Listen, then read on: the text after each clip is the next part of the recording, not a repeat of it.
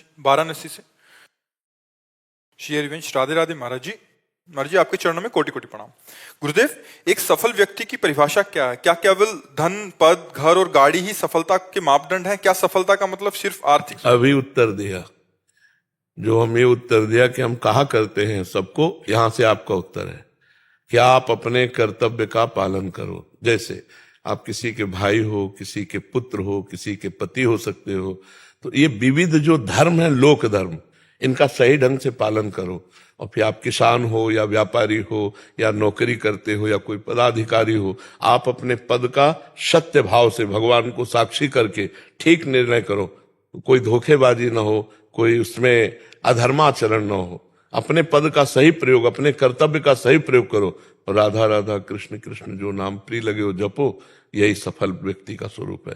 सफल व्यक्ति का स्वरूप ये नहीं है कि बहुत धन कमा लिया, शराब पी रहा है, मांस खा रहा है, व्यभिचार कर रहा है, गाड़ी में घूम रहा है तो तुम समझते हो ये कि सफल व्यक्ति है। नहीं, वो असफल हो चुका है। वो इंद्रियों का गुलाम, वो मन का गुलाम, वो भोगों का गुलाम, वो नष्ट हो जाएगा। सफल व्यक्ति वही है जो अपने कर्तव्य में दृढ़ रहता है, कभी कोई पापाचरण नहीं करता, कभी ना किसी के प्रलोभन से ना किसी के भय से अपने धर्म का त्याग नहीं करता, वो सफल व्यक्ति है। कोई प्रलोभन या कोई भय उसको अपने धर्म से नहीं गिरा सकता, तब सफल माना जाएगा। या तो वो हमको तो अंग्रेजी से याद नहीं है, हिंदी में हम उसको बता सकते हैं कि जिसका धन गया तो कुछ नहीं गया, स्वास्थ्य गया तो कुछ गया, और चरित्र गया तो सब कुछ गया। क्या कहते हैं भाई? If money is lost, nothing is lost. If health is lost, something is lost. If character is lost, everything is lost. Everything. अब इसका हमारी समाज में उल्टा प्रभाव चल रहा है। आप देख लो, आज हमारी समाज का स्वरूप है, जबकि सिद्धांत कहता है धन गया तो कुछ नहीं गया, स्वास्थ्य गया तो थोड़ा कुछ, और अगर चरित्र गया तो सब कुछ गया। Character is lost, everything lost, मतलब सब कुछ चला गया। आज हम करेक्टरहीन हो रहे हैं, चरित्रहीन हो रहे हैं। नहीं हो रहे? आप देखो, सच्चाई से देखो, जो हम कह रहे हैं उस पर विचार करो। आज जो हमारी नवीन पीढ़ी है, चरित्र का बड़ा महत्व है। भला आज हमारी नवीन पीढ़ी को चरित्र का महत्व है? आप विचार करके देखो। जब हम 10 दिन ये बॉयफ्रेंड बनाया, फिर उसका ब्रेकअप करके 10 दिन दूसरा गर्लफ्रेंड बॉयफ्रेंड ही बदल रहे हैं ना, ये क्या चरित्रहीनता है ना? जहां तुम्हें विद्या अध्ययन करके संयम में रह करके उच्च ज्ञान प्राप्त करना है, वहां तुम विषयों के खेल में अपने आप को चरित्रहीन कर लिए। अब क्या? तो फिर अब वो चरित्र का महत्व उनके रह नहीं गया। आज हमारी समाज में व्यसन बढ़ रहा है, नशा बढ़ रहा है, व्यभिचार बढ़ रहा है, और अधर्म आचरण बढ़ रहे हैं। क्यों? क्योंकि शास्त्र और संत जनों की वाणी पर चला नहीं जा रहा है। तो भेष रख लेना या उपदेश दे लेना, यही साधुता नहीं होती। साधुता एक अलग चीज होती है। नहीं, मान लो ऐसे संत हैं कि आपको 5 मिनट बोल नहीं सकते, नहीं बोल सकते, लेकिन वो भगवत प्राप्त है। जरूर बोल ले तो जरूरी थोड़ी कि भगवत प्राप्त या ज्ञानी है, ऐसा नहीं होता। ऐसे ऐसे संत हैं कि वो आपसे बात ही नहीं करेंगे, वो अपने स्वरूप में रमण करें, उनको बोलने की फुर्सत कहाँ है। और ये आप उनको देख के मान भी नहीं सकते कि कोई संत होंगे, वो भगवत प्राप्त है। हमारी दृष्टि में बहुत से ऐसे संत हैं जो भगवत प्राप्त हैं। आप उनको दिखा दें आपको, तो आप कहोगे जनरल आदमी या संत है? ऐसे नहीं। और बड़ी बनावट है, बड़ा बड़ा सब कुछ है, लेकिन अंदर खोखा है, अंदर आध्यात्मिक कुछ नहीं। भगवान से प्रार्थना करें कि आप तो जानते हो सच्चा और कच्चा, तो आप हमको सच्चे संतों से मिलाइए। जब द्रवहि दीन दयालु राघो तो साधु संगति पाए। तो भैया, सफलता है भय और प्रलोभन से परास्त ना हो और अपने धर्म पर टिका रहे, तो यही सफलता है। रुपया, पैसा, भोग सामग्री सब सफलता नहीं है। अनूप जी दिल्ली से। राधे राधे। राधे राधे महाराज जी, आपके चरणों में कोटि कोटि प्रणाम। महाराज जी, क्या अधर्मी के साथ युद्ध धर्म अनुसार करना चाहिए, और ऐसे समय में अध्यात्म शक्ति कैसे बढ़ाएं? पहली बात है कि हम अधर्मी बाहर न देखें। हमारे ही अंदर 2 पक्ष हैं, एक धर्म पक्ष है, एक अधर्म पक्ष है। एक सुमति है, एक कुमति है। पहले हम अंदर विजय प्राप्त करें, फिर बाहर देख के बताना कि कहाँ अधर्म है। अधर्म की वृत्ति का नाश हमारे हो गया तो केवल भगवान ही भगवान दिखाई देंगे। गीता जी में भगवान कहते हैं, मत्तः परतरम नान्यत किंचिदस्ति धनंजय, किंचन मात्र मेरे सिवा कुछ नहीं है। अब ये त्रिगुणात्मिका माया का खेल ऐसा है कि सबकी मति में भगवान को भुला करके काम क्रोध लोभ मोह मद मत्सर इन लीलाओं का कोई ऐसा हृदय नहीं जिसमें इनका अटैक ना होता हो। हम अपनी दुष्टता को क्षमा कर देते हैं, बड़ी दुष्टता को, और दूसरे की छोटी गलती को वो फिर हम उसे अपराधी मानते हैं। तो इसीलिए अध्यात्म कहता है पहले हम अपना सुधार करें। अगर हमारा सुधार हो गया तो हमारे संग से सैकड़ों का सुधार हो जाएगा। भगवान और भक्त में यही अंतर होता है। भगवान दुष्ट का विनाश करते हैं और भक्त दुष्टता का विनाश करता है। हमें लगता है शराबी की शराब छूट जाए तो अच्छा आदमी हो गया ना, नहीं, दुष्ट की दुष्टता छूट जाए तो साधु हो गया ना। तो हम दुष्ट को युद्ध के द्वारा परास्त करके मार डालें, ये हमारा विषय नहीं है। हम अपने अंदर आध्यात्मिक शक्ति पैदा करके उसकी दुष्टता को मार दें, ये हमारा विषय है। तो हमें चाहिए कि हम अगर अध्यात्म से जुड़ रहे हैं तो हमें बलवान होना है, इतना अध्यात्म से बलवान होना है कि हमारे दर्शन हमारे संभाषण से उसका जीवन परिवर्तित हो जाए। हमारी प्रार्थना भगवान उसकी बुद्धि को शुद्ध कर दें, ये तो हमें। और ऐसे अगर कदम उठाओगे तो कानून आपको अपने अंदर में ले लेगा। आप किसी को अधर्मी मान करके मार दें तो आपको 302 में जेल जाना पड़ेगा ना, आपको सजा हो जाएगी। तो मतलब ठीक नहीं रहा, ठीक नहीं रहा। अध्यात्म कहता है उसकी दुष्टता को मार दो। उसकी दुष्टता के मारने के लिए आपके पास पहले बल तो होना चाहिए, वो है अध्यात्म बल, नाम जप भजन। जैसे देखो जो भजन करने वाले भगवत प्रेमी महात्मा जन है, लाखों जनों का कल्याण करके चले गए। तो हमको भी यही सोचना है कि साधु का मतलब केवल वेश से नहीं होता है, उद्देश्य होता है। यदि आप अध्यात्म में परिपक्व अवस्था को प्राप्त हो गए तो आप महापुरुष हैं पैंट शर्ट में भी। और अगर साधु वेश में भी अध्यात्म नहीं है तो कुछ दिनों के बाद फिर कोई महत्व तो नहीं रहता उसका। अध्यात्म का महत्व है। बाहरी वेशभूषा की पूजा थोड़े दिन हो सकती है, लेकिन अगर अध्यात्म और उद्देश्य ठीक नहीं है तो फिर गिर जाएगा, वो पतित हो जाएगा। तो हमें लगता है, क्यों आपकी क्या राय है इसमें? महाराज जी, मैं तो कंफ्यूज था, मैंने इसलिए आपसे पूछा। नहीं, आप इसलिए दोनों पार्ट रख दिए कि सामने किसी को अधर्मी देखा हो आप उस पर प्रहार कर दें तो कानून के आप अपराधी बन गए कि नहीं बन गए? बट महाराज जी, कभी कभार कानून के सामने ही वो जो इतना झूठ बोला जाता है तो उसको कवर करने के लिए अध्यात्म पावर, दो कानून है। एक है हमारा भारतीय संविधान, एक है भागवतिक संविधान। भारतीय संविधान से बच जाएगा तो भागवतिक संविधान उसके ऊपर लागू हो जाएगा, उसको नष्ट कर देगा। जिन्होंने भारतीय संविधान को अपने हाथ में लिया तो भागवतिक संविधान ने मिटिया मेट कर दिया उनका। आप पक्का मान लेना, अधर्मी कभी भी परिपक्व अवस्था को, सुख को नहीं प्राप्त हो सकता, उसका विनाश ही निश्चित है। 4 दिन भले दुर्योधन की तरह छत्र लगा के चले और धर्मात्मा वनवास करे, लेकिन अंततोगत्वा कटेगा वही और छत्र लगेगा धर्मात्मा के ऊपर। तो ऐसा नहीं है कि मतलब एक ही कानून है, एक भागवतिक कानून है जो सर्वज्ञ सर्वात्मा भगवान सबका साक्षी है। वो भी बहुत विचित्र ढंग से दंड देता है, बहुत विचित्र ढंग से। उसका खेल बहुत विचित्र है। वो ऐसा दंड देता है कि फिर हम कह रहे कि आप खुली आंखों से देखो ना संसार को, क्या हो रहा है। इतने भारी भारी कष्ट भोग रहे हैं तो कर्म के बिना भोग रहे हैं क्या? तो जो पापात्मा और सुख भोग रहा है तो अपने पूर्व के पुण्यों को भोग रहा है। जिस दिन उसका पूर्व का पुण्य नष्ट हुआ ना, उसी दिन वो बर्बाद हो जाएगा। कार में आग लगी, मर गए, सब जल गए।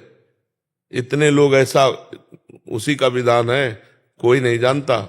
उसको अपने कर्म का फल अवश्य में भोक्तव्यम कृतम कर्म शुभाशुभम। तो हमको चाहिए कि कानून हाथ में ना ले। 2 कानून है, अगर इस कानून से वो पैसा के द्वारा या किसी सफाई के द्वारा गलत छल कपट से बच जाता है तो भागवतिक कानून से नहीं बचेगा, उसको नष्ट होना।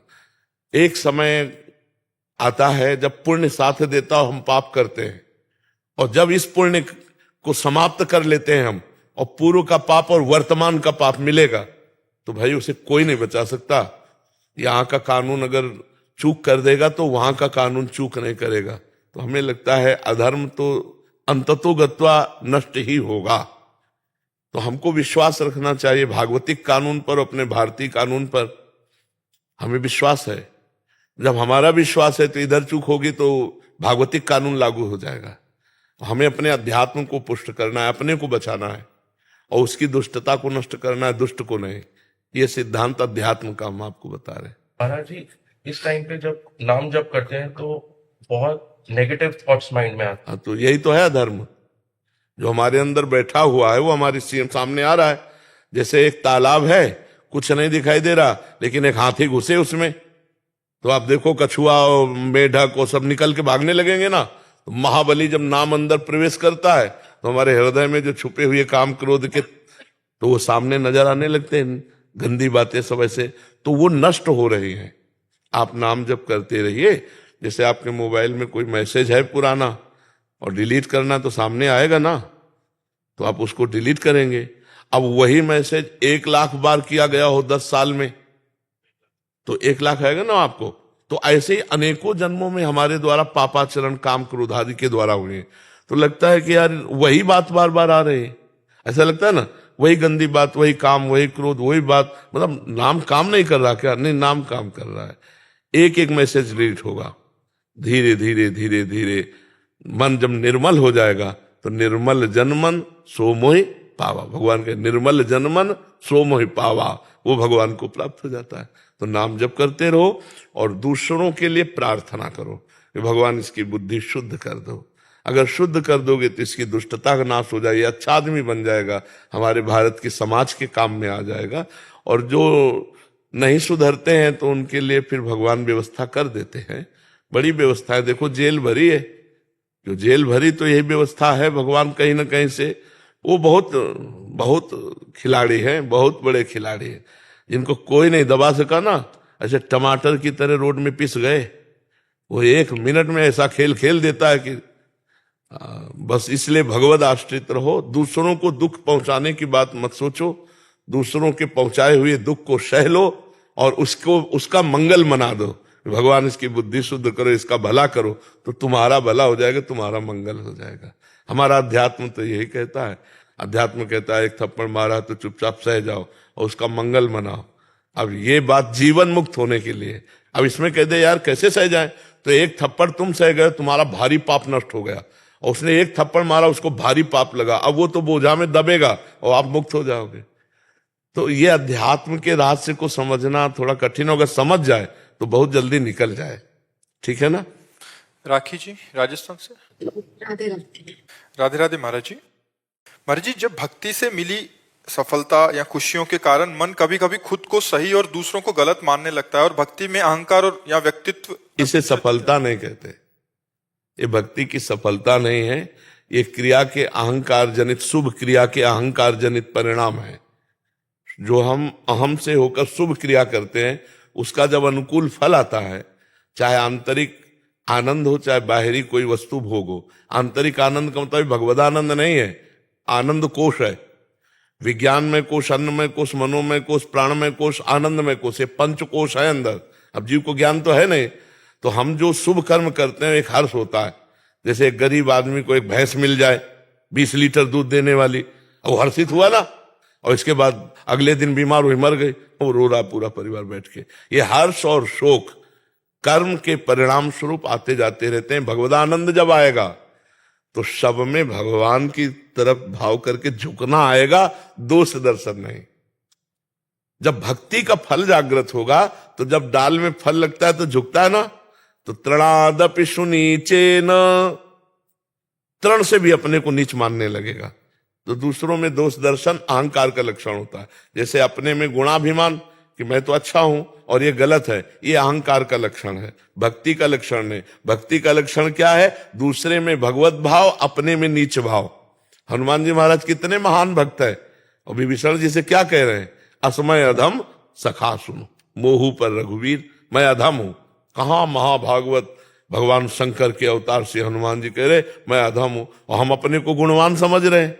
दूसरे को दोषी समझ रहे हैं, ये भक्ति का फल नहीं, ये अहंकार। शुभ कर्म, अच्छे कर्म करने से अहंकार पुष्ट हुआ और वो दूसरों में दोष दर्शन करके अपने कर्मों को भी नष्ट कर रहा है, जो शुभ कर्म है। तो हमारी बात समझ में आ रही है? इसका कुछ आपके अंदर संशय? रविंद्र सिंह जी, उज्जैन।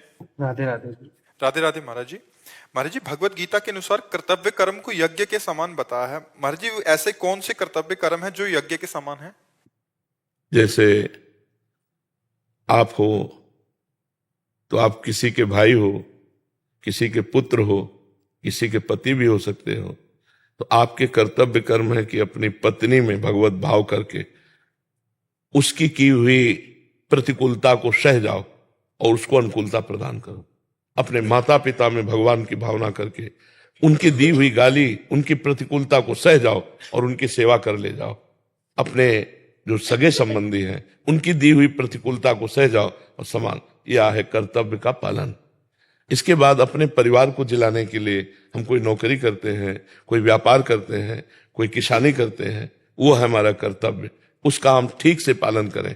8 घंटा मेहनत की जो मिला अपने परिवार के पोषण में लगाया। इस तरह के ये कर्तव्य लौकिक धर्म के हैं। अब परम कर्तव्य भगवान का स्मरण। अगर हम नाम जप करते हुए राधा राधा राधा और हर समय कार्यरत है और अपने परिवार को ठीक से चला रहे और बाद में भगवान से प्रार्थना करते हैं कि नाथ सकल संपदा तुम्हारी, मैं सेवक समेत सुतनारी, यह अपने कर्तव्य का पालन करके भगवत प्राप्ति करना। समझ पा रहे? सबके अपने अपने कर्तव्य हैं, उन कर्तव्यों को ठीक से निर्वाह करें। पर इन कर्तव्यों को ठीक से निर्वाह वही कर सकता है जो दूसरे के कर्तव्यों को नहीं देखता है। जैसे आप अपनी पत्नी के अनुकूल कार्य किए, अब वो आपके प्रतिकूल हो गई, तो आपको लगेगा हम इतना करते हैं, ये इतना भी नहीं कर सकती, हमारे सामने प्रतिकूल व्यवहार करती। अब आप अपने कर्तव्य से चूक जाएंगे।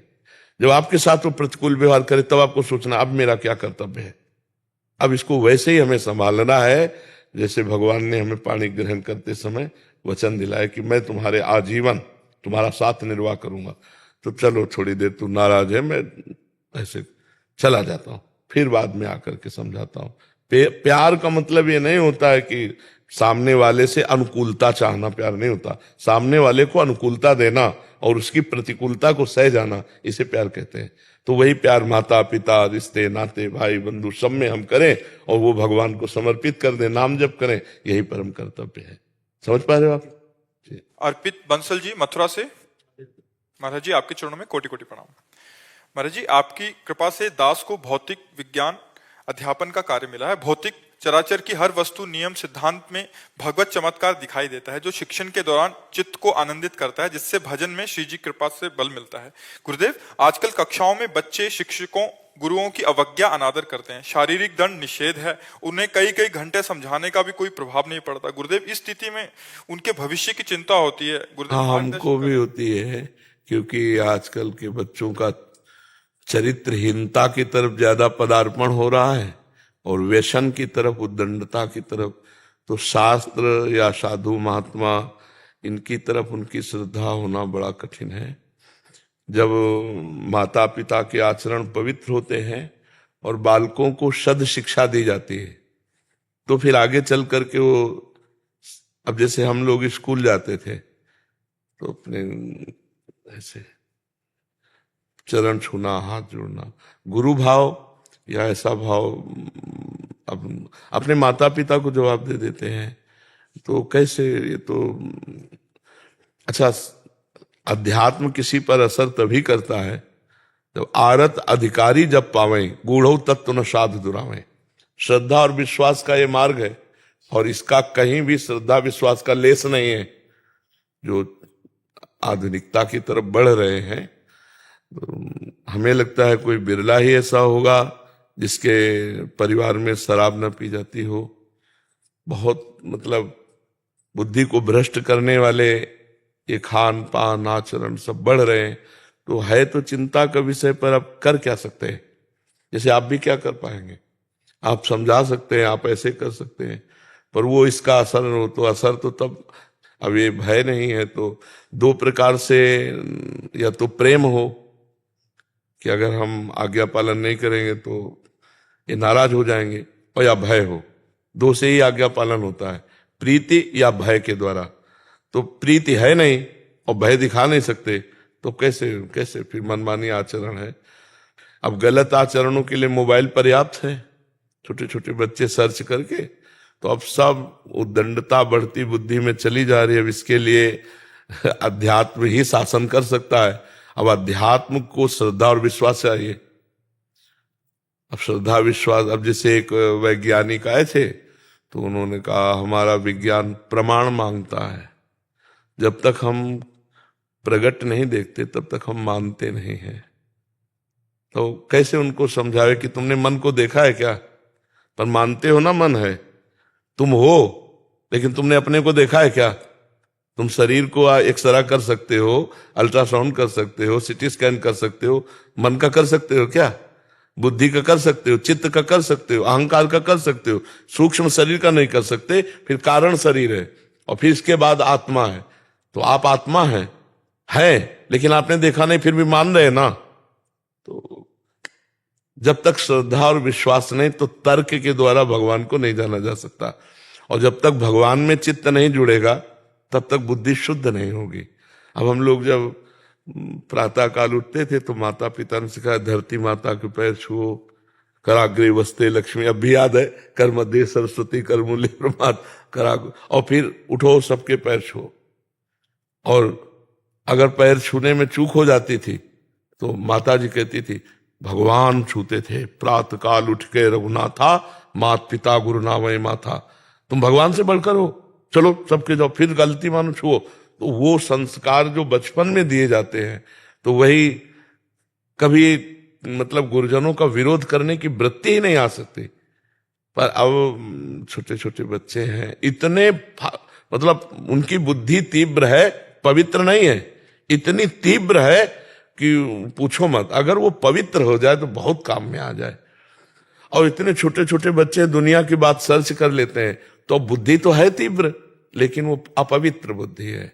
अगर विवेकवान हो तो काम हो सकता है। तो अब कैसे विवेक आवे? बड़ा विचित्र खेल है, क्योंकि घर से ही अपवित्रता है। अब मतलब माता पिता के आचरणों का प्रभाव बच्चे पर पड़ता है।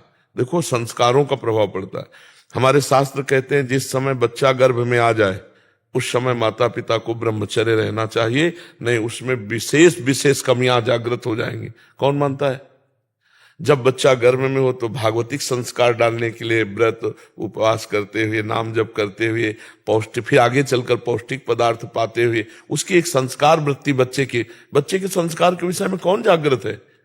मनमानी आचरण है, बच्चों के सामने मनमानी वार्ताएं हैं, मनमानी दृश्य हैं, तो वही संस्कार बिगड़ रहे हैं। अब कैसे संभाला जा सकता है?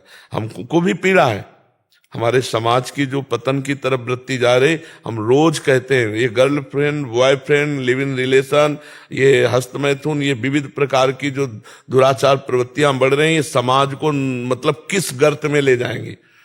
अब जैसे लोग नहीं जानते, जो सहवास है वो मनुष्य के लिए सहज योग है पाणी ग्रहण के बाद, लेकिन 13 वर्ष की अवस्था से 22 वर्ष की अवस्था के मध्य में जो हस्तमैथुन क्रिया है उसे गृहस्थी लायक नहीं रखेगी। अभी बच्चे कहां इस बात को समझ रहे हैं? कहां समझ रहे हैं कि हम अपने जीवन को कितने गड्ढे में गिरा रहे हैं? अरे 20-22 तक ब्रह्मचर्य रहे, फिर पाणी ग्रहण किया, गृहस्थी में गए, संतान उत्पन्न किया, फिर भजन मार्ग को स्वीकार करके भगवत प्राप्त हो गए। ऐसा हमारे जो भारतीय पद्धति थी। पहली अवस्था ब्रह्मचर्य और शास्त्रों का स्वाध्याय पढ़ाई लिखाई, दूसरी अवस्था जवानी में गृहस्थ धर्म का, और तीसरी और चौथी अवस्था भगवान के लिए व्यतीत करते हुए वो पर ब्रह्म को प्राप्त होते थे। अब पहली अवस्था ही भ्रष्ट हो गई। छोटे छोटे बच्चे हैं जिनको इस समय बिल्कुल नहीं करना चाहिए, नहीं जीवन बर्बाद हो जाएगा, वो गंदे आचरणों से युक्त हो गए हैं। कैसे समझाया जाए, कैसे बताया जाए? ये पीड़ा है केवल हृदय में, कर तो नहीं सकते, कह तो नहीं सकते। अब हम जो कहते हैं, जो मान लें, तो हम हाथ जोड़ते हैं उनके कि भाई हम धन्यवाद, हम एहसान मानते हैं कि आप अपना जीवन पवित्र करोगे तो हमारी समाज के लिए आप आदर्श बन जाओगे। देखो, जैसे छोटे छोटे बच्चे हैं ना, उन्हीं में हमारे भारत के मुख्यमंत्री हैं, उन्हीं में एमएलए, उन्हीं में सांसद, उन्हीं में कोई महात्मा है। अगर ये बच्चे संस्कार युक्त नहीं बनेंगे तो हमारा भारत आगे उज्जवल कैसे होगा? बच्चों से ही तो भारत उज्जवल होगा।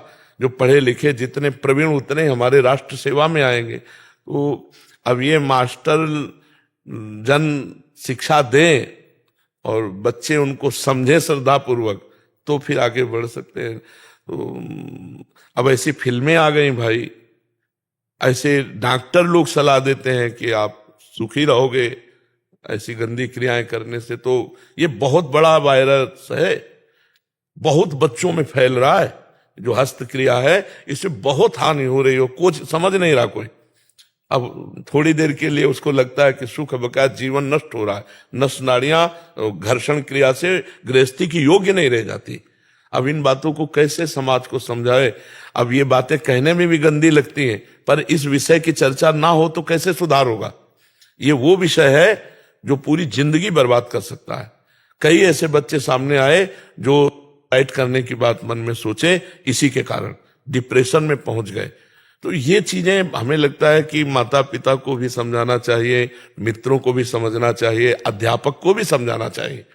जैसे कभी 10 मिनट के लिए थोड़ा किसी शास्त्र का सूत्र लेकर समझाना चाहिए। अगर अपने को समझाने की ताकत न हो तो संतों की बात सुनानी चाहिए कि भाई देखो 10 मिनट ये सुनो क्या कह रहे हैं। तो उससे कम से कम शब्द तो गया, तो 100 में से 10-5 के भी काम कर गया वो शब्द, तो बात बन जाएगी। तो अगर इसको कई ऐसे स्कूलों के मास्टर जो हैं वो कृपा करके ऐसा करते हैं कि भाई 10 मिनट नाम कीर्तन करो, 10 मिनट गीता जी की बात सुनो, 10 मिनट ये संत की बात सुनो।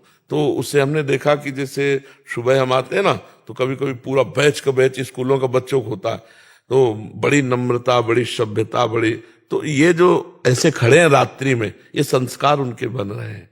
अब जो बच्चे गलत आचरणों में जा रहे हैं उनको बिना श्रद्धा विश्वास के नहीं संभाला जा सकता। ये बात, जैसे हम आपसे बात कर रहे हैं, आपको हमारी बात पर श्रद्धा विश्वास नहीं तो कोई फर्क नहीं पड़ेगा, और श्रद्धा विश्वास की हमसे बात की तो वो बात आपके अंदर जाकर बैठ जाएगी।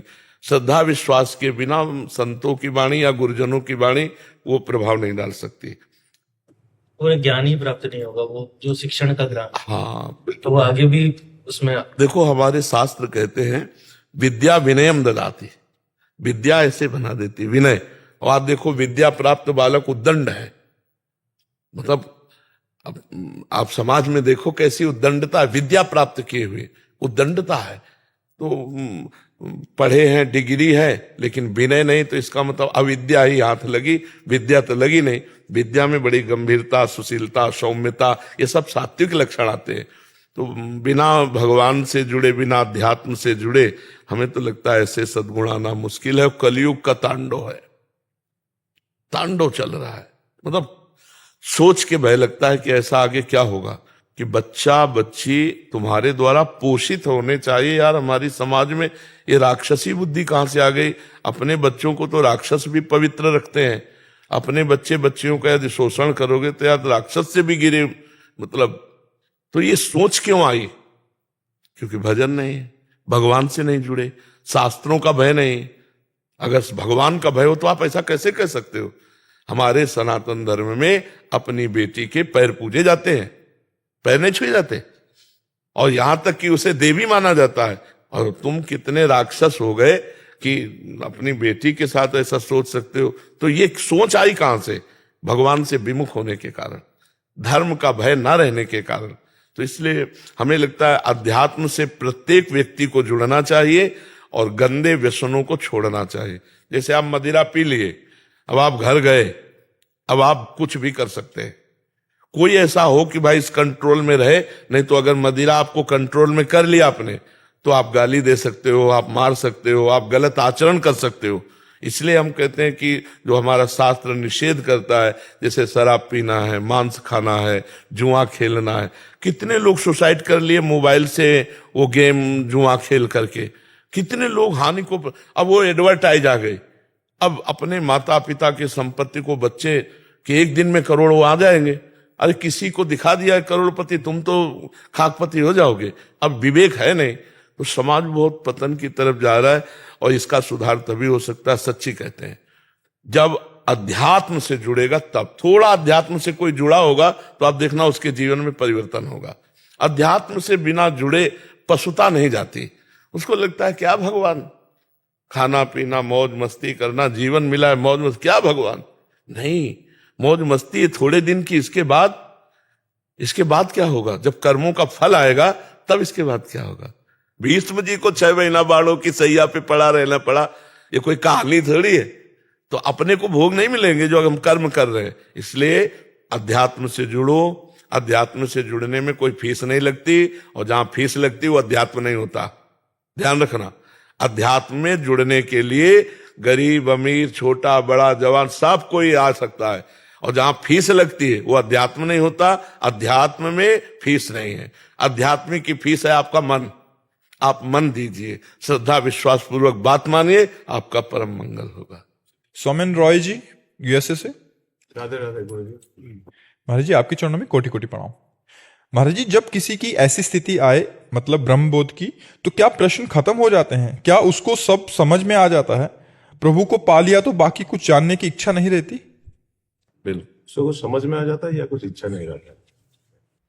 जैसे आप छक गए ना, तो आपको अनुभव हो गया ना, अब हम छक गए, फिर आपको भोजन की इच्छा उस समय नहीं हो सकती। तो ये तो प्राकृतिक छकन है, वो सच्चिदानंद में छकन है।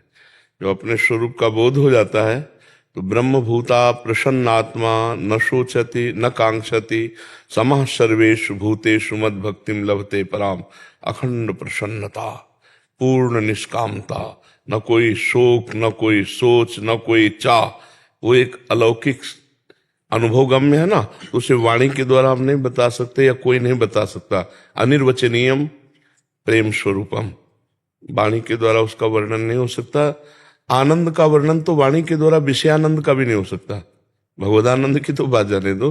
जैसे हम आपको एक मीठा खवाएं, पेड़ा ही खवा दें, कैसा है तो आप कहोगे मीठा है। नहीं, कैसा मीठा है? बहुत अच्छा है। नहीं, कैसा बहुत अच्छा है? तो आपका अगला उत्तर होगा खा के देख लीजिए। इसके बाद इसका उत्तर आप नहीं दे सकते। बहुत अच्छा है इसके बाद आप नहीं दे सकते। तो जब लौकिक आनंद का, प्राकृतिक भोग का वचन के द्वारा प्रमाण नहीं दिया जा सकता, तो भगवदानंद जो ज्ञानानंद विज्ञानानंद आनंद है, उसको हम कैसे वाणी के द्वारा बताएं? वह क्या भगवान श्री कृष्ण के वचन है, ब्रह्मभूता प्रसन्नात्मा, अद्भुत प्रसन्नता, न शोचति न कांक्षति, ना कोई चाह ना कोई सोच। कैसी अद्भुत स्थिति होगी सोचो, जब हमारे अंदर कोई कामना नहीं होगी, कोई चाह नहीं होगी, कोई भय नहीं, कोई चिंता नहीं, कोई शोक नहीं, अखंड प्रसन्नता। यही हमारा स्वरूप है। यही ब्रह्मबोध संपन्न महापुरुष की स्थिति होती है। और भक्ति में अपने प्रभु अपने साथ होते हैं, जिनको ज्ञानी लोग ब्रह्म कहते हैं, योगी लोग परमात्मा कहते हैं, भक्त लोग भगवान कहते हैं। वो प्रभु हमारे हृदय में, हमारे नेत्र में, हमारी बुद्धि में, हमारे मन में समा जाते हैं। पीर मूर्ति नयनन बसे तेहि रस राहे समाए, ये लक्षण सुन प्रेम के और न कछु सुहाए, और न कछु सुहाए शब्द पर देखिए, फिर अपने रस मातो। अपने कौन? आत्मस्वरूप या प्रभु, जो भी कहो, अपने रस मातो। कुटुम देहते जाए छूट सब ही विधि नातो। बस वो बावरापन प्रेम की उन्मत्त अवस्था, जहां जहां पीर की बात सुने खोजत तिन गयनन। कौन मुझे अध्यात्म की बात सुना दे, शुद्ध प्रिया प्रीतम की बात कौन सुना दे। पूरा और हित धू छिन छिन ले प्रेम जल भरी भरी नयनन। थोड़ी थोड़ी देर में आनंदश्रु प्रवाहित करता हुआ वो प्रेम की उमगन में, न लाज तीन लोकन की, न वेद को कहो करे, न संक भूत प्रेत की, न देव जच्छते डरे, सुने न कान और की, दृश्य न और इच्छना। ऐसी प्रेम भक्ति जागृत होती है। जो योगी होता है वो अपने प्राणों का संयमन करके ऊर्ध्व भावना, परमात्मा भावना में, जैसे गाढ़ निद्रा, ऐसे जागृत अवस्था में शून्य रहता है। गाढ़ निद्रा में कोई चिंतन नहीं, पर बेशुद्ध अवस्था होती है। वो शुद्ध में रहते हुए भी गाढ़ निद्रा की तरह रहता है, परमात्मा स्थित। तो योगी की भी वही स्थिति, शून्य, कोई चिंतन नहीं। ज्ञानी की भी यही स्थिति, कोई चिंतन नहीं। और प्रभु के सिवा कोई चिंतन नहीं, सोई भक्त। ये चरम अवस्था की स्थिति है। यहाँ न कुछ जानना है न पाना है, यहाँ न कुछ बाकी रह गया है और न कुछ पूर्ण हुआ है। पूर्ण भी नहीं है और कुछ बाकी भी नहीं है। तो सृष्टि की जो रहस्य है वो समझ में आ सकता है। सृष्टि का रहस्य उसको समझ आ जाता है क्या? वही तो सृष्टि बना हुआ था, और कौन था? ये सृष्टि क्या है? एक ही परमात्मा तो है ना, एक हम बहुश्यामा। ये हमारा ही तो संकल्प है। संकल्प समेट लो तो कुछ नहीं है। ज्ञानी ऐसे योगी और भक्त इष्टाकार, यहाँ भी इष्ट है, यहाँ भी इष्ट है, सब जगह हमारा प्रीतम है, सिय राम में सब जग जानी। सृष्टि में और कुछ नहीं है, न स्त्री है, न पुरुष है, न जड़ है, न चैतन्य है, एक परमात्मा है। जगन नाटक वैभवा, जैसे सिनेमा के पर्दे के अंदर कुछ नहीं है, पीछे से फोकस पड़ रहा है तो स्त्री पुरुष सब दिखाई दे रहा, ग्राम नगर सब कुछ, पर्दे में कुछ नहीं है, समझ लेना। ऐसे ही सृष्टि में कुछ नहीं, एक परमात्मा ही ये ग्राम नगर स्त्री पुरुष बना हुआ है। बस जहां से फोकस पड़ रहा है वहां दृष्टि पहुंच जाए। सबकर परम प्रकाशक जोई परमात्मा।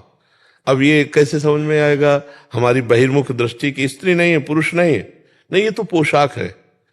थोड़ी देर के लिए तुम स्त्री की पोशाक पहन लो तो तुम स्त्री थोड़ी हो जाओगे, थोड़ी देर के लिए पुरुष की पोशाक पहन लेने पर पुरुष थोड़ी हो जाओगे। तो ये थोड़ी देर है, मतलब 100 वर्ष 80 वर्ष, ये थोड़ी देर है। ब्रह्मा की दृष्टि में उनको एक ऐसे किया कमल की पंखुड़ी में, तो यहाँ का 1 वर्ष हो गया। तो आप सोचो कितनी आयु हमारी है। तो इतनी आयु के लिए धोखे का भेष है ये स्त्री पुरुष। लेकिन हो कौन आप? बस यही जान लो तो जीवन मुक्त हो जाओगे। आप परमात्मा स्वरूप हो, कोई और दूसरे नहीं है। जीव भगवत स्वरूप है। वही जो भाव कर लेता है, जैसे भक्ति में हमारे है भाव, दास्य भाव, सख्य भाव, वात्सल्य भाव, कांता भाव, गोपी भाव को कांता भाव कहते हैं, और सहचरी भाव। अगर कोई भाव न करे तो मुक्त हो गया। भाव किया तो भाव देव प्राप्त करके भगवान की लीला में चला गया। तो आत्मा का स्वरूप क्या है? जो सो भाव करो, नहीं है कोई भाव तो जो असली स्वरूप है वो मुक्त स्वरूप है, मोक्ष स्वरूप है। ये भाव माना हुआ। मैं प्रभु का दास तो दास्य भाव, मैं प्रभु का सखा तो सखा भाव। भाव वैसे जैसा आप करो। देखो इस समय विषय भाव है, माया भाव है, त्रिगुणात्मिका माया का भाव, तो हमें पूरा प्रपंच सत्य दिखाई दे रहा है। अगर भगवत भाव तो केवल भगवान ही नजर आएंगे, सब में भगवान। देखो गोस्वामी जी कह रहे हैं, जड़ चेतन जग जीव जत सकल राम में जान। मान ही नहीं कह रहे कि मैं सबको भगवान मानता हूं, नहीं, जानता हूं कि सब में भगवान ही विराजमान है। ये सृष्टि बनने वाला वही, बनाने वाला वही, और बिगड़ने वाला भी वही। ये बात जो जान जाता है वो ज्ञानी हो जाता है। सृष्टि जिसने बनाई वही बना सृष्टि, और जो बना वही बिगड़ करके अपने स्वरूप में आ गया। कुछ नहीं यहाँ है। आप देखो ना, सब जितने घड़े हैं ये, इनमें प्रतिबिंब जो पड़ रहा है एक ही। जैसे 1000 घड़े रख दे तो 1000 सूर्य नजर आएंगे ना प्रतिबिंब में, लेकिन सूर्य तो एक है ना। तो इन घड़ों के कारण अनेकों रूप दिखाई दे रहे हैं। अच्छा, मूर्ख, विद्वान, साधु, असाधु, गंदा, उत्तम, ऐसा, स्त्री पुरुष, जड़ चैतन्य, ये घड़ों के कारण है। वो एकमात्र परम पवित्र निर्विकार सच्चिदानंद सब में व्याप्त है। जो चैतन्यता है ना, जिससे हिलन डुलन चैतन्यता, बोलना, खाना, पीना, ये जितने भी हमारे पार्थिव अंग काम कर रहे हैं उसी परमात्मा शक्ति से काम कर रहे हैं। और उसको हम भूले हुए हैं, उसको अलग अलग नाम दे दिए। जैसे आपका नाम क्या है, आपका नाम क्या है, तो आपको पुकारे तो आप बोल दोगे, लेकिन वो आपका नाम नहीं है, वो शरीर का संबोधन है। आप तो अनाम है, अरूप है। समझ पा रहे? वास्तविक ज्ञान जो है, अच्छा ना समझोगे तो 4 दिन के बाद फिर दूसरा वर्दी मिल जाएगी। सुअर, कुत्ता, गधा, कौन सी वर्दी मिले, फिर इसका चांस नहीं कि आप बैठ करके अपनी सुलझन को सुलझा सको। जो हमारी सुलझन उलझन में बदल चुकी है उसको हम सुलझा सके। बहुत बुरी स्थिति है, फंसते चले जा रहे हैं। हमें लौटना है, मनुष्य जीवन में लौटना है। हम लौट नहीं रहे और आगे बढ़ते चले जा रहे हैं। गंदगी बातों की तरफ इतना बढ़ते जा रहे हैं कि ये बात समझे में नहीं आ रही कि यार मुझे मुक्त होने के लिए अवसर दिया गया है, फंसने के लिए नहीं। माया ऐसे ऐसे दाने डालती जा रही कि हम फंसते चले जा रहे हैं। मैं पुरुष हूं, मैं पति हूं, मेरी पत्नी है, मेरा पुत्र है, मेरे माँ है, मेरे पिता है, मेरे अमुक है, पूरा राग पूर्ण जीवन व्यतीत हो रहा है। अगर इन्हीं में भगवान को झांक के देख ले तो मुक्त हो जाए, इनमें मोह कर ले तो फंस करके पुनरपि जननम पुनरपि मरणम पुनरपि जननी जठरे सैनम, बार बार दुख भोगना पड़ेगा। ऐसी विचित्र माया है कि ये ज्ञान होते हुए भी हम वही पाप कर्म करते हैं जो नहीं करना चाहिए। तो कैसे ये हम प्रयोग क्यों नहीं कर पाते ज्ञान का? जो हमारे अंदर ज्ञान है, सबको लगभग ज्ञान, प्रयोग क्यों नहीं? क्योंकि भजन नहीं है। भजन के बिना ज्ञान का प्रयोग नहीं कर सकते। और ज्ञान हो या ना हो, भजन शुरू कर दो, तो आपके अंदर जो ज्ञान आएगा वो प्रयोग वाला आएगा। पढ़ लिख के जो ज्ञान होता है दूसरों को सुनाकर रुपया पैसा प्रणाम नमस्कार प्राप्त किया जा सकता है, माया की ग्रंथि का भेदन नहीं। विनिश्चितम बदामिते न अन्यथा वचांस में हरिम भजन ते नरा भवसागर तरंतिते। अगर भजन नहीं तो फिर ये कथा वार्ता ही केवल रह जाती है, अंदर का सिस्टम नहीं सुधरता है कि ज्ञान तो है पर उसका प्रयोग नहीं है। प्रयोग है शांत, त्यागात शांतिनंतरम। ज्ञान का मतलब क्या? शांति। श्रद्धावान लभते ज्ञानम तत्परः संयतेन्द्रियः ज्ञानम लब्ध्वा पराम शांति मचरे राध गच्छति। किससे यह कीर्ति प्रणाम नमस्कार? कोई द्वैत हो, दूसरा हो तो है। हम अपने हाथ से पैर छुए तो हमको कैसा लगेगा? कुछ लगेगा क्या? ना अच्छा ना बुरा। ऐसे मेरी आत्मा ही तो है सब, तो दूसरा कोई हो तो बताओ। एक ही तत्व है, वो तुम में भी है। तो मान लो इसमें बिजली, इसमें बिजली, इसमें बिजली, इसमें बिजली। अब वो हाइलोजन मुखी, मैं ज्यादा प्रकाश करता हूं, एसी कहे मैं ठंडा करता हूं। नहीं भाई, तुम सब करण हो, बिजली चली जाएगी तो ना तुम प्रकाश दे पाओगे ना तुम ठंडा कर पाओगे। ऐसे ही समझो, हम सब शरीरों के अंदर वो जो पावर है वो परमात्मा है, और वही मैं हूं। मैं अपने को भूलकर इसमें फंस गया, बस यही झंझट मिटानी है और कुछ नहीं करना। चाहे भक्ति से मिटाओ, चाहे योग से मिटाओ, चाहे सांख्य ज्ञान से मिटाओ, चाहे सेवा करके मिटाओ, चाहे वैराग्य त्याग कर, इन के इन प्रकारेण शुद्ध ज्ञान के बिना बात नहीं बनती। अब जैसे भक्ति शुरू हुई और ज्ञान नहीं है तो हे भगवान मेरा संकट मिटा दो, हे भगवान मुझे ये भिखमंगापन बना ही रहता है। और जब तक मांग है प्रभु से तब तक प्रभु मिलना मुश्किल है। जो भगवदानंद है वो तभी प्राप्त होता है, जाहि न चाही कबहु कछु तुम सन सहज सने तो बसहु निरंतर तासुर सो राउर निज के। जिसने चाह मिटा दी वही भक्त, जो अचाह हो गया वही ज्ञानी, जो आप्त काम, कामनाओं का संपूर्ण त्याग वही योगी। साधना का फल ये है कामना का मिट जाना। आप बोलो इस सृष्टि में कौन सी चीज है जो आप लेके चलोगे हमारे साथ? जो मैं शब्द है उसके साथ क्या लेके चलोगे? कुछ तो नहीं जाना, शरीर भी छूट जाएगा। धोखे में रहे ना, तपस्या की, साधना की और लौकिक अनुकूलताएं मांगी और शरीर पूरा हो गया, सब यहीं पड़ा रहा। तो हमको वो चीज ले जानी, मान लो हमारे पास 100 श्वासें हैं तो हमें वो चीज खरीदनी है जो अनंत काल तक हमारे साथ रहे। वो है भगवान की स्मृति, वो है स्वरूप बोध, वो है परमात्मा चिंतन। अब ये बातें कहाँ लोगों की समझ में आती है? भाई लोग तो ये समझना चाहते हैं कि साधु महात्मा कोई भी हो वो ऐसा कुछ जंतुर बांधने, कुछ छू कर दे, कुछ ऐसे आशीर्वाद दे दे कि हमारे बिगड़े काम बन जाए तो जय हो। बिगड़े काम बन भी गए तो तुम बिगड़ जाओगे, तुमको तो जाना है ना। तो काम चाहे जितना बन गया हो, किस काम का?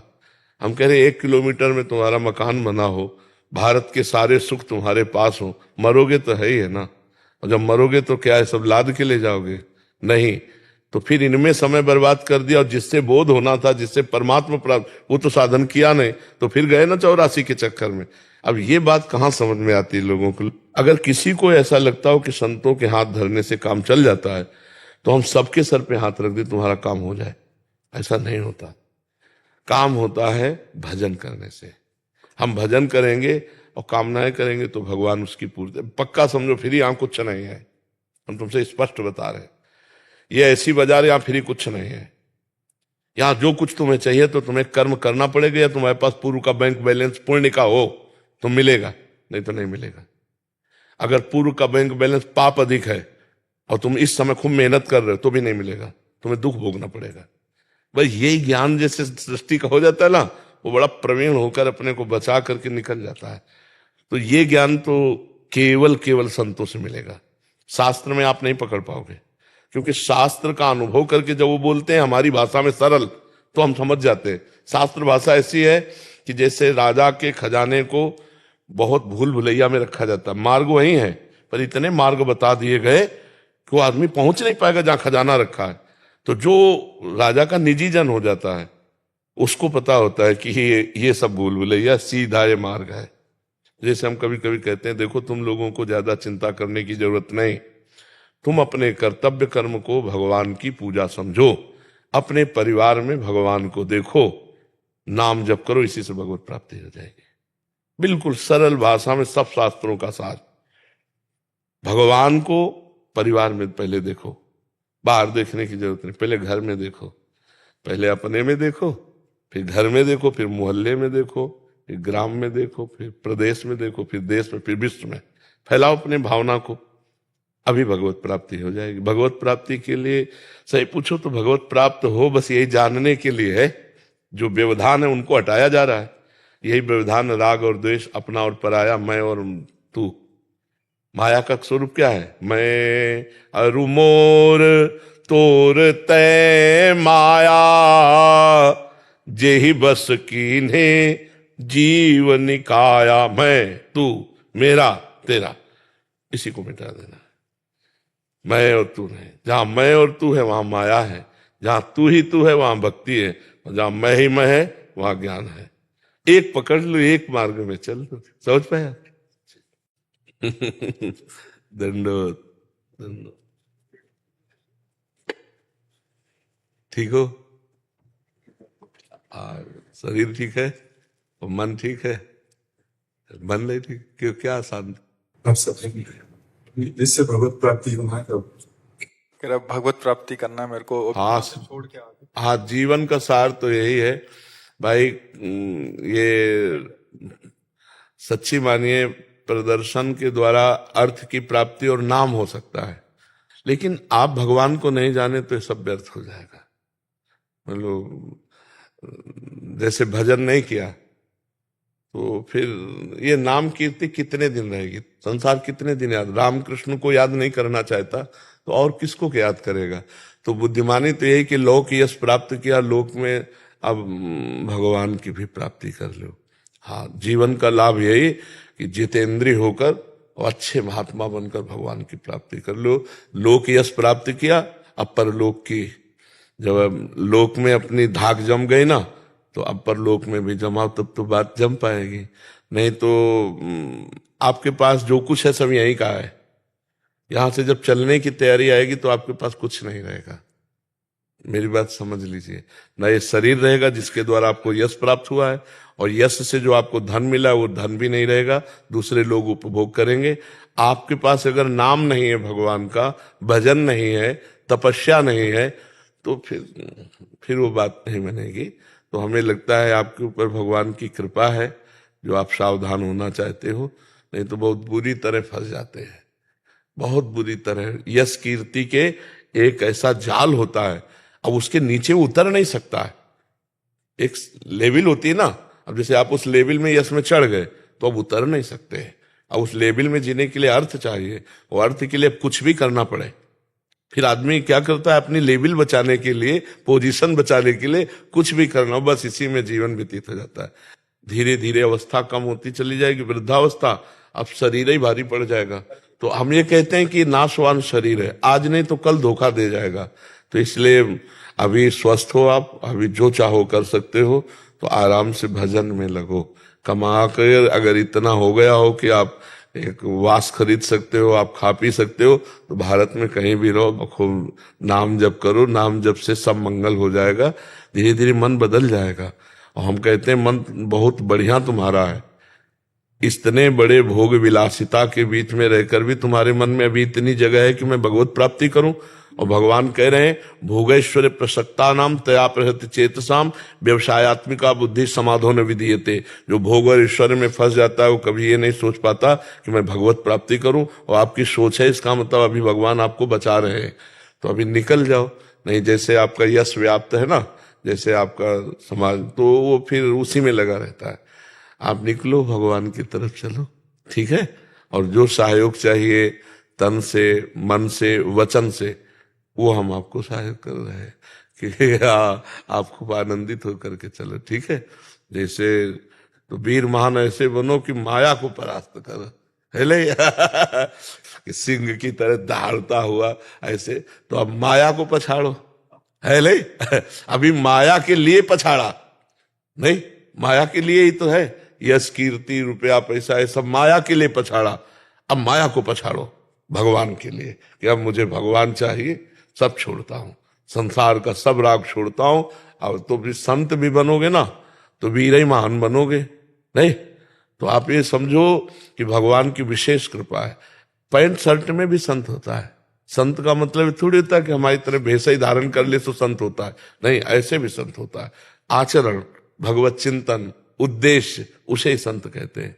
विभीषण जी राजमंत्री की पोशाक में आए थे और भगवान ने कहा तुम सरीखे संत प्रिय मोरे, धरो देह नहीं आन नहीं हो रे। तो आप नाम जप करो, सत्संग करो और छोड़ो, क्योंकि ये शरीर धीरे धीरे ऐसे गया तो फिर ऐसे भी आएगा। तो ऐसे आने के पहले ये सब जोड़ दर्द करेंगे। मान लो आप 1 घंटा 2 घंटा व्यायाम करते हैं, जब 2 घंटा व्यायाम नहीं करेंगे तो यही शरीर दर्द करने लगेगा, यही शरीर उठना बैठना मुश्किल हो जाए। तो भजन में लग जाओ, चित्त भगवान में लगा हुआ है तो इतना तो होगा ही कि आप खा पी सकते हो। माया को पछाड़ो, ठीक है। वीर महान वही जो मां के गर्भ में दोबारा नाना पड़े, जो मृत्यु पर विजय प्राप्त कर ले, है नहीं। वही वीर है जो वीर को जीत ले, वही वीर है जो माया पर विजय प्राप्त हो, वही वीर है जो मां के गर्भ में नाना पड़े। काम क्रोध लोभ मोह मद मत्सर इनको पछाड़ो, भगवान का आश्रय लेकर।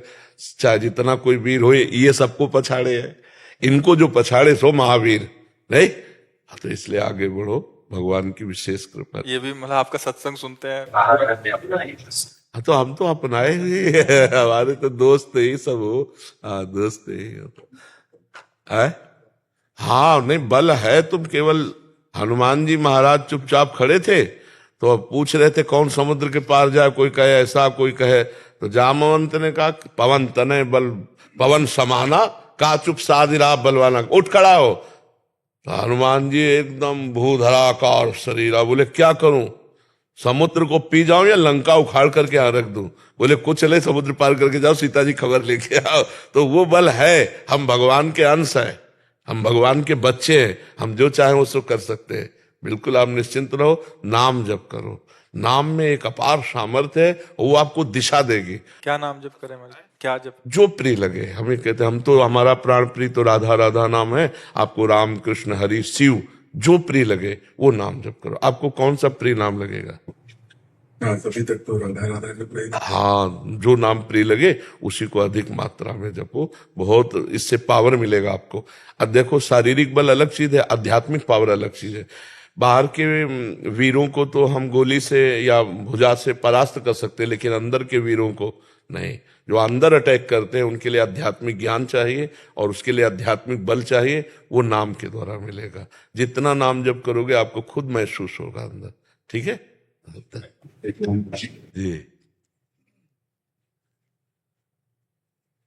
हम तरंगे तेरी तुम समुंदर प्रभु, तुम ही बाहर हो तुम ही अंदर प्रभु। बस बिल्कुल बिल्कुल वही अंदर है, वही भीतर। हम सब उनकी तरंग है, वो समुद्र है। बिल्कुल हम तुम्हारे हैं सदियों से मेरे हो तुम। बिल्कुल बिल्कुल हम भूल गए, प्रभु को अपने भूल गए। वो हमारे सदियों से थे, बिल्कुल हम प्रभु के हैं, हम भूल चुके थे। बस यही बात है जी जी। बहुत बहुत सुंदर। दंडोत दंडोत दंडोत। जय जय श्री राधा, जय जय श्री किशोरी जी की जय। राधा राधा राधा राधा राधा राधा राधा राधा